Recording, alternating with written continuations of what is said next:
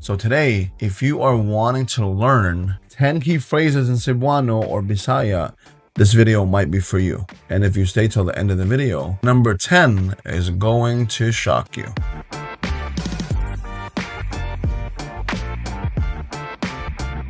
Hey everyone, this is Gil, and welcome back to the channel. If you're new around here, we do lifestyle videos and reviews. Number 1, the very basic one, Kumusta ka? Or slower, Kumusta ka? So that means, how are you? Or if you really want to sound really local, you just say Musta. Musta. Right? So, Kumusta ka, just like anything.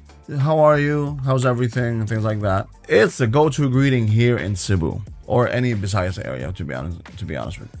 It's simple, friendly, great way to, break the ice, especially if you're a foreigner, especially if you're a Phil-Am who looks obviously Filipino, can't really speak Filipino, but to some degree, they hear it coming out of your mouth. You're like, wow, okay, this guy must know something. And it's a really good way. Obviously, it's an icebreaker. Like I said, great way to start a conversation. And if you're genuine about it, it's really nice to ask somebody how they're doing, right? You can pretty much pair that with, maayong buntag, which is good morning. That's a bonus right there. Maayong buntag, like buntag. So, and obviously because I grew up around it, so the intonation and accent is kind of a bit better than most Americans or Filipino Americans. The way they pronounce a here is not like for instance buntag versus buntag. So because they make it, with that in mind, they Americafy it, if that's a word. They make it more American when they say Mayang buntag versus buntag. So like that is like a lower type of A, when you say it. So same thing with like kumusta ka is like not kumusta ka, kumusta ka, right? So that's number 1. Number 2, asata paingon. Let's say you're going out with friends, family, maybe date, and you just say asata paingon. So that means, where are we going? So that'll strike people right away. Like, oh man, this guy, this person, this girl, kind of knows what they're saying. Asata paingon means like, yeah, with your, you catch up with friends. Hey, where are we going today? Type thing. Asata paingon, right? So whether you're going to the beach, going up in the hills and the mountains, going fishing, going on, anywhere. It's always a great thing to ask your group of friends or, or someone else, asa ta paingon. So I'll try my best to slow that down. Asa ta paingon. Ingon. Ing is like literally like saying king without the K. Ing. Like, king, wing, ing, on. On as in, on is like, that it sounds like a U, but it's really an O. But like on yan, like pasatapa ing on. Even me, when I first came here, I had to really like adjust my tone. I try my best to adjust my tone. Even, I'm telling you right now, I almost guarantee you, when I listen to this video, when I edit this, I'm still gonna sound weird, because if my family hears it, they're gonna be like, oh, that's Kimao. Kimao is like off, like weird, but they know that I'm trying, so they understand it. But generally speaking, I can converse in Bisaya and Cebuano, locally anyway, but people know my accent. But at least it kind of it makes it a bit more comfortable, to making friends and making connections here. Number 3, pila. Very important word. This is like one of the most important words you need to learn as a Filipino American, or just an American in general, when you're out and about. Pila means how much. Pila, like how much is this? How much is that? So pila. Like pila is how much, right? So especially when you're going shopping, you're going around local markets. Now, bonus to that is saying pila mani, pila manto. Like pila mani is like how much is this, right? Like this. Pila mani means it's in your hand, it's close to you. Pila mani. If you're trying to point out something that's away from you, pila manto, like manto. Pila manto, pila mani, like pila mani, and pila manto, right? Like the famous Philippine mouth point, right? Pila manto. So, you know, just if you love going out and about, you know, obviously you go to, you know, I go to a lot of cafes. I go, you know, just shopping in general. You know, generally speaking, when I'm talking to people and I'm asking prices, pila, or just I say either pila or pila mane, pila manto, right? And second bonus right here, if you're in a local market where you know you can haggle, you just say naa ni hangyo. Naa ni hangyo, like hang yo, but with that, you know, just try to copy me as much as you can. That's all I'm saying. Like, you're in an open market, you know, right? You know there's room to haggle there, you know, private sale or just open market, flea market type thing, local markets. Pila mane, pila manto, right? Or like pila mane.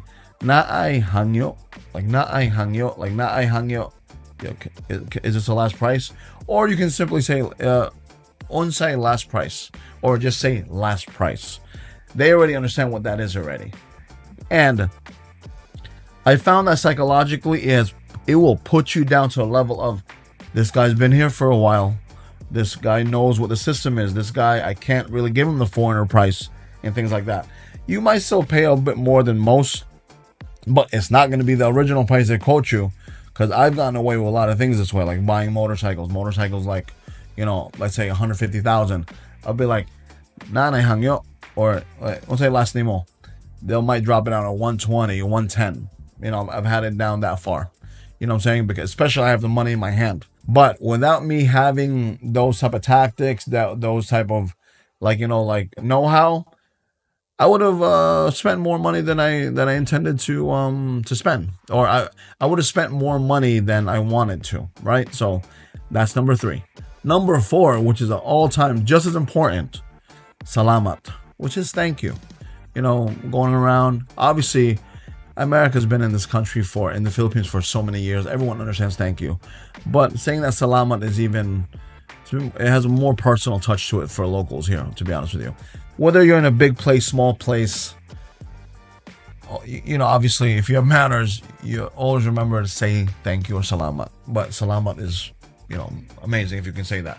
So it's another way as well to build relationships with local people, because, you know, when you live here, whether you're white, Filipino American like me, you kind of want to assimilate to, you know, the local cultures, the customs, see how everything is, because you blend in a bit better there. And you know, acceptance is, for me, you know, key in this particular setting, because, you know, they're more willing to work with you. They're more willing to help you. You know, a lot of them are not so standoffish. So that's what I found. You know what I'm saying? Every person's different, but I find that when I try my best to embed myself into the culture, into understanding how things work here, I've gotten a lot more. It's like that old saying, you know, you attract more bees with honey than with vinegar. Next thing, which is just as important, when somebody says salamat to you, you say walay sapayan, which means you're welcome. Walay sapayan. For me, this is a very big thing. You know why? Most people don't really say walay sapayan anymore. Not a lot. You know, everyone will say you're welcome and things like that. But when somebody goes, oh, salamat sir, salamat ma'am, oh, walay sapayan. So walay sapayan, right? So this could be a game changer for you. I don't know, because once you say these little key phrases and these what I'm giving you right now, it's almost as if you're local. I mean, it's probably you're pretty much a local, because everybody has a mix of Bisaya and English here anyway. So when you say these little words, people have a understanding, or they build an image of you as in you understand the culture better than most foreigners or most Phil-Ams, if you're a Phil-Am.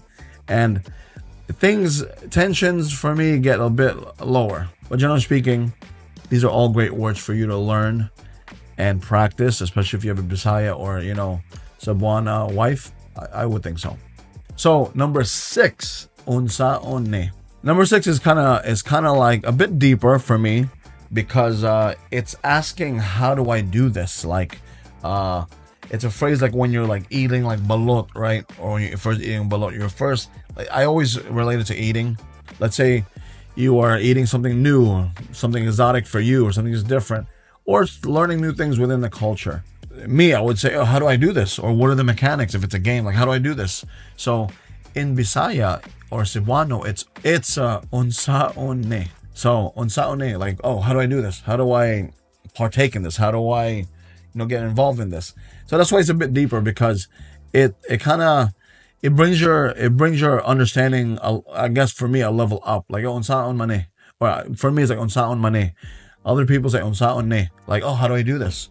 So the way I learned it was unsaon mane. Like mane is like more physical, like unsaon, like what? How do I do this? Versus like figuratively unsaon ne.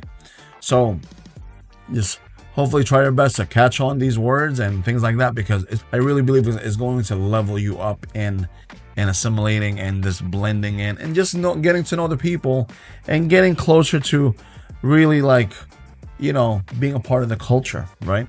Number 7, tabang. This is a really important one. Really important one.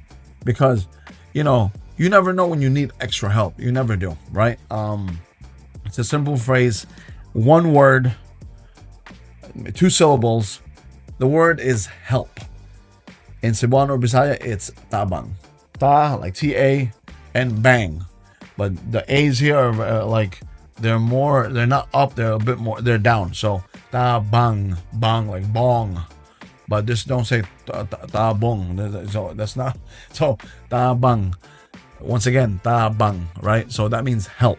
So you're gonna really need these words. You know what I'm saying? These are key phrases in Cebuano that I think will really benefit you. So if you have to repeat this video, go back to it again. By all means, do this, because I really want to help you, understand keywords or phrases here in Cebu, Cebuano, and the Bisaya dialect. Number 8, lami kaayo. This is something that really great compliment, right? Really great compliment. You kind of want to really learn this, because food is a huge culture here in the Philippines, but especially in Cebu, especially the lechon. There's so many things here, like the encargar, the ampao. There's so many things here in Cebu that like food is a really big thing. So for you to express it locally, it'll be a big thing. It'll be like a really big thing for you to say when you're at parties, get-togethers. Like when you're around with people, it lets everyone know that you're enjoying it, right? It really lets everyone know you're enjoying it. Lami kayo. This means like it's very delicious, like it's very, very delicious. Look, so lami kayo. So next time you're out eating, you eat some food that is amazing, dessert that's amazing, you really love it. Just throw out that word, lami kayo, and you might be a hit. If you're crazy enough, yell it out and scream it out. Somebody might be like, oh, what the hell's that guy? Oh, they might be surprised. You might surprise yourself as well. Number 9, tingali. It's a bit deeper, because it's not your regular words that you really usually use, but it's like one level up, as in like the understanding. A lot of people will be like, oh, this girl has an understanding of, a good grasp on the language to some degree. So if you're not sure about something, it might be a maybe, probably. It's a great way to express uncertainty, and soften a suggestion, or to soften a suggestion. You're talking in a casual setting and you want to be like, I don't know, maybe, it's like ting, like, some Jamaicans like that ting. So ting alley. But once again, tingali is like, oh, maybe, I don't know, maybe so. When you're presented with that moment where you're unsure, you're just like, maybe, I don't know, tingali. Next time you are in that setting where you're unsure, you're certain, maybe you don't want to cause a conflict, oh, tingali, And last but not least, thank you for making it to the end of the video, number 10. The word is basin. This one somewhat can be used interchangeable with the number 9, but this is like a bit more like for me, open, like open, like this is more like you hear this more like difficult, like possibilities, right? Like, can this really happen? Maybe, I don't know, right? Like, Can you really walk on the moon with no oxygen? I don't know. That's probably a bad example, though, you know, something like that. So when you as an American see this, it's gonna look like a basin, right? Like a, like a basin. But word is basin, as in like or like I'll do some English beside it there, and I'm like, oh, do you really think like my car can make it to the south of Cebu with just $20? Basin, like basin, I don't know, you know. It's one of those things where both of you are unsure. Other person might be unsure. Like, oh, okay, whatever. It is what it is. Everyone throws it up in the air. Those are my 10 key phrases that I believe that you really need to know when you move here, live here, coming here. And even if you're from the north, learning these words it's essential for me, right? Some of them more than others. Some of them are basic but are a necessity. Some of them are a bit leveled up, a bit deeper, but brings you closer to the people, I believe, right? And remember, here in the Philippines, locals really appreciate when you try your best to speak the local dialect. And from my experience being a Filipino American, it has helped me in transitioning, you know, speaking and just getting to know people more, right? So like, for instance, give you a great example. I will speak my best, you know, local dialect to like a tindera. Tindera is like the, you know, the cash person. I mean, the salesperson, sales girl, or just the person there at the store. Or it could be the waiter or waitress. I'll speak my best in local vernacular to them, but then I'll turn around and talk to my brother, my wife in English, and a lot of people are like, oh, why do you have, why can you switch up like that?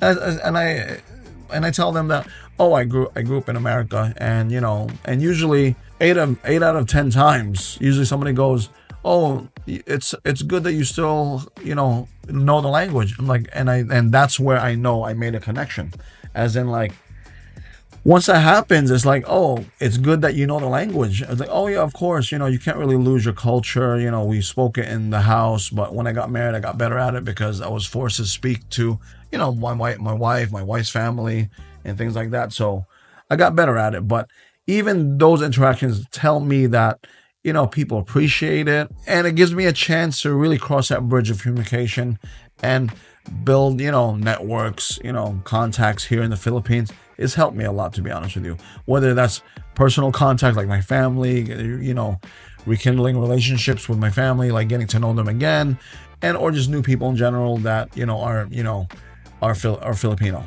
right? So if you found this video helpful, I hope you did. Please do me a favor and share the video, like the video, subscribe to the video. Subscribe to the channel. And I really appreciate your time jumping on here and watching these videos. And if you like this video, watch this video. Take care. Bye.